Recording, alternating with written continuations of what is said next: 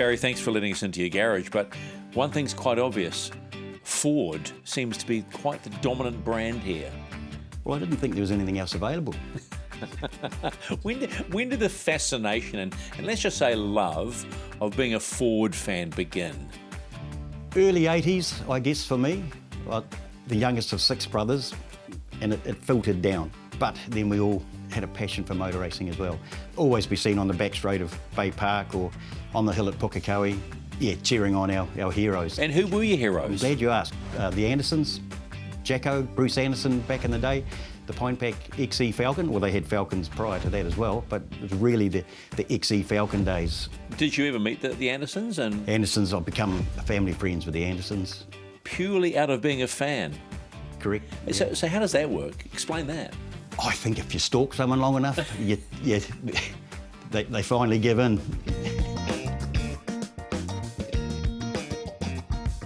So what about the relationship with Dick Johnson? Were you stalking him too? Absolutely. No, Unapologetic stalker. Yeah.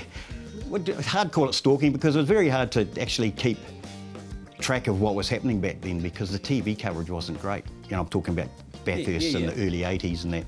Dick Johnson at Bathurst, of course, he had the major crash in 1983, which... The big green one, right? The green one. Monster. Yeah, but before that, he had crashed the blue one, no fault of his own. Yeah. But he did come back the next year and win it in the true blue XD Falcon. But so we've watched over the years, and to me, you know, he is a legend, and he is for a lot of people. Going forward, social media come about, and I put a few silly things up every now and then, and was probably recognised by Jilly Johnson, Dick's wife. Yeah. She started following a bit of stuff I was putting on, and then it became at the tracks we'd go and say g'day and shake hands, and now it's rude if we don't. What's he like? Very welcoming, and that's why I'm probably playing it down a bit, but there's been times, not only with Dick, but even Ryan Story, they've picked me out of a group and said, come on in. Yeah. We'd go around the pits, you know, through the pit garage and have a chat. Struggle a little bit with the way DJ have gone this season? I know that they're doing it hard, but in saying that, I'm the type of fan that will always wear the shirt, as I did back in the early days when they weren't winning. What's the story behind the cardboard cutouts of Dick Johnson and John Bowe?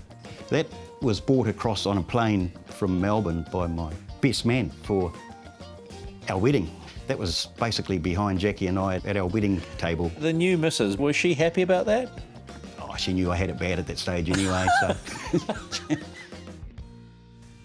You bought yourself an Escort, a beautiful Escort. It's a 69, Mark 1, 69. It's beautiful. I'd had a couple of too many lemonades one day, saw it on Trade Me. I want to own that.